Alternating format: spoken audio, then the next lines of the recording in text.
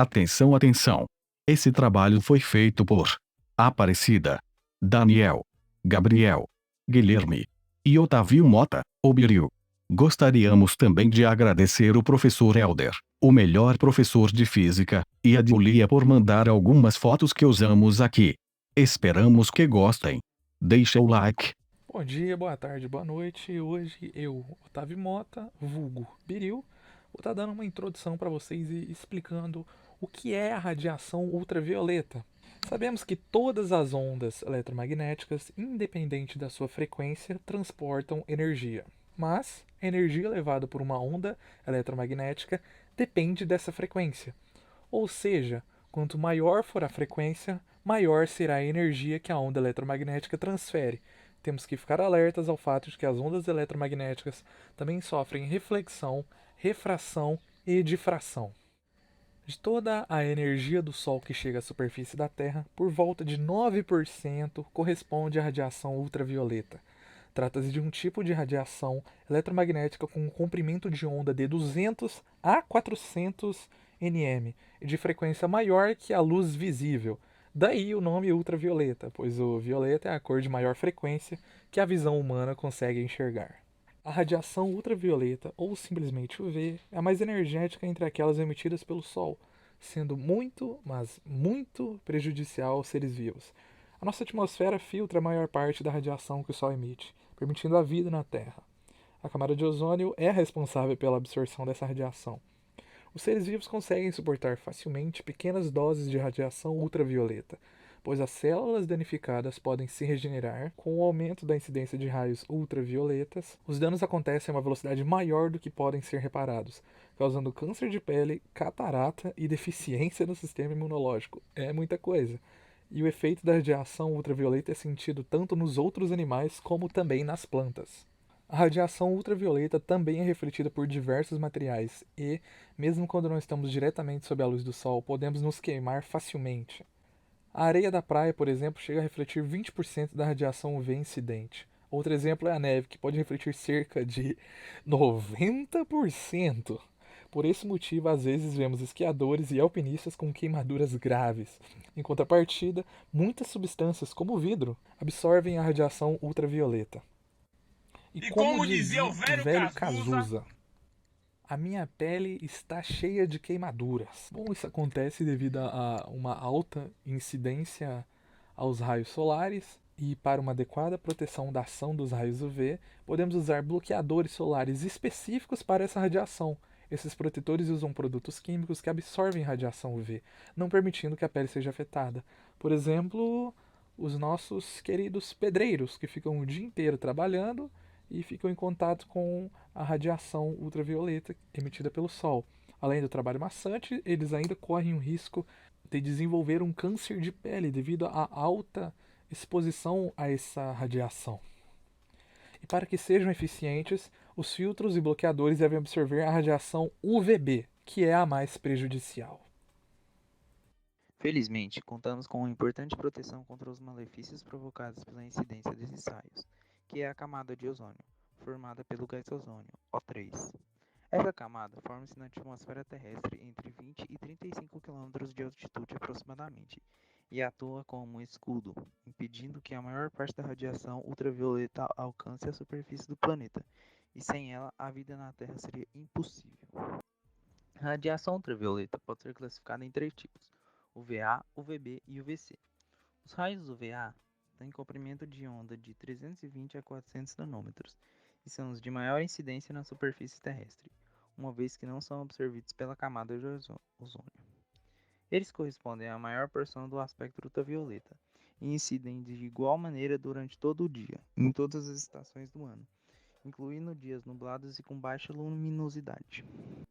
Os raios UVB, com comprimento de onda na faixa de 280 a 320 nanômetros, são parcialmente absorvidos pela camada de ozônio. Por isso, apresentam maior incidência durante o verão, principalmente no período das 10 às 16 horas, em regiões de altitudes elevadas e próximas à linha do Equador, como o Brasil, por exemplo. Já os raios UVC apresentam um comprimento de onda menor que 280 nanômetros, sendo portanto a radiação que menos se aproxima da luz visível. São muito nocivos à biosfera, porém não acometem a Terra porque são completamente absorvidos pela camada de ozônio. Através de fontes artificiais, a radiação UVC é aplicada na esterilização de materiais cirúrgicos e em processos de tratamento de água, graças à sua propriedade bactericida. Esses três tipos incidem na pele humana de formas diferentes. Tipo A, ele passa pela epiderme, chega até o final da derme, mas não passa pela hipoderme. Tipo B, ele chega até o final da epiderme, mas não passa para a derme. Tipo C. São altamente nocivos a toda a biosfera, porém totalmente filtrados pela camada. Apesar do que vimos anteriormente, os raios ultravioletas trazem sim benefícios ao ser humano.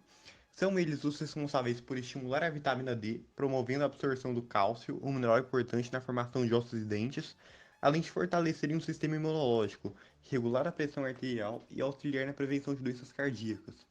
Também é capaz de prevenir contra diabetes tipo 2, tipos de câncer como mama, próstata, pulmão e intestino, e agir como um antidepressivo. Não precisa se expor muito para absorver essa vitamina, chamada de vitamina D3. No processo de absorção, o raio UVB, quando ele entra em contato com a pele, transforma moléculas da substância 7-dehidrocolesterol em pré-vitamina D3.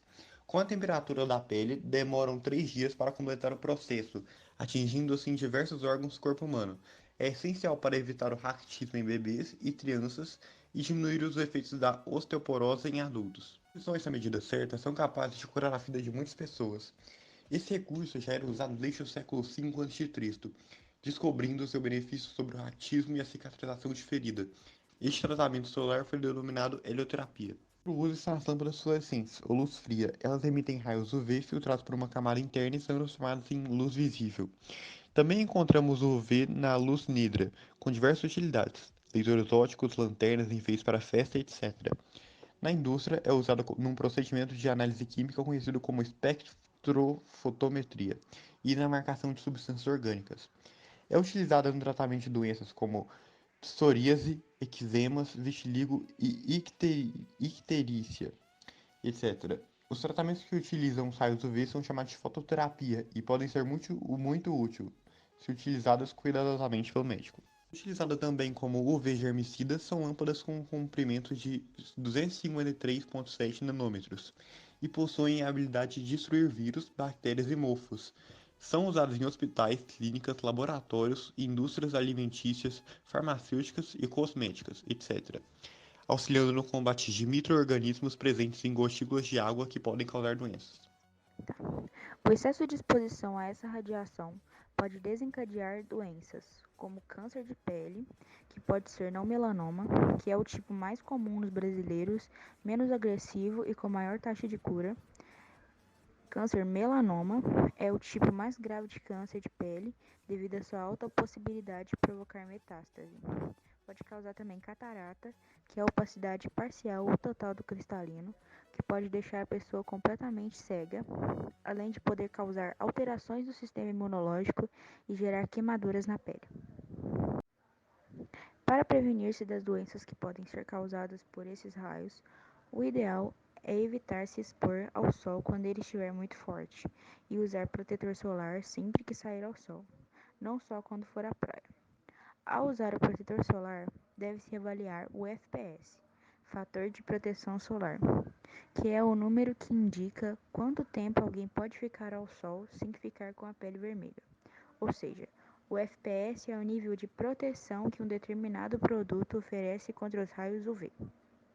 É necessário também que, ao comprar um protetor, você adquira um produto que ofereça proteção tanto contra os raios UVA quanto contra os raios UVB. A exposição excessiva aos raios UV são de fato prejudiciais à saúde, porém em quantidades moderadas ela pode ser benéfica, já que esses raios estimulam a produção de vitamina D pelo organismo. Oi, meu nome é Gabriel e hoje eu vim aqui para pontuar qual a relação dos problemas ambientais com a radiação ultravioleta.